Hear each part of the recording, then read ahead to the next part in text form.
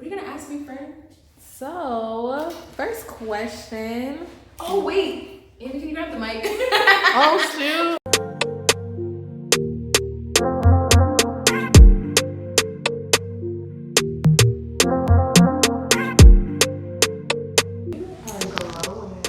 Thanks. First question, what is your name? My name is Marie Charlene Chery. Where did it come from?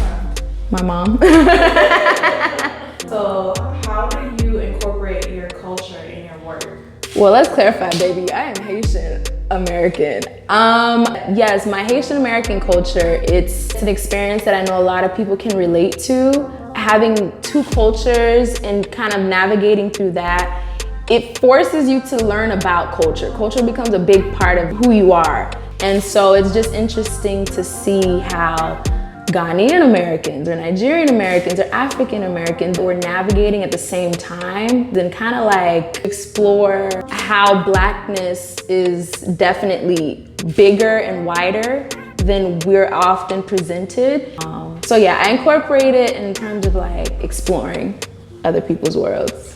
Where does the name Ethos TV come from, and why did you choose it? So it took a long time. I wanted a name that was diaspora, but not diaspora. And I was looking, I don't know how I came on ethos, but I looked up the definition. And typically we know ethos, pathos, and what's the other one? It's ethos, pathos, it's like about the, whatever. But then I saw there was a second definition to ethos, which meant the spirit of a culture. And I was just like, first of all, ooh. And it was unique, it was different, and I just wanted something that represented Black culture within the African diaspora. And I feel like the spirit kind of just brought all of that back. So yeah, that's how I settled with Ethos TV. That's beautiful. What was your passion behind starting Ethos TV?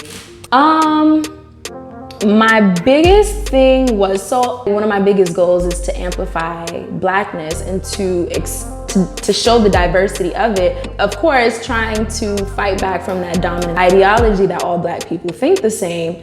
The thing is, when you get 50 different people answering one question and all of them are all over the place, you realize there's a diversity in opinion, you know, about a lot of different things that affect us because we don't all think the same. So I actually had the amazing opportunity to be in your series and have you interview me. And for myself, I can say that, you know, that was like a form of therapy for me. So I just wanted to know, have you ever sat back and reflected on your work and what you're doing? And have you ever thought about it as like a way to help millennials work out through our, you know, our life, things that we're going through, what's going on with us? Yes, so when I first started this back in 2019, I would have someone finish an interview and they're like, oh, I feel much better. I was just like, good, you know, because like there's certain questions that some people are just like, nobody's ever asked me that before. Of course, it's intimidating to be in the hot seat, you know, answering all these questions about your life. But there's a certain power to vulnerability. And first of all, it's an honor that people can trust me and this work to be like, who's this girl? Why are we talking to her? Like, what is this?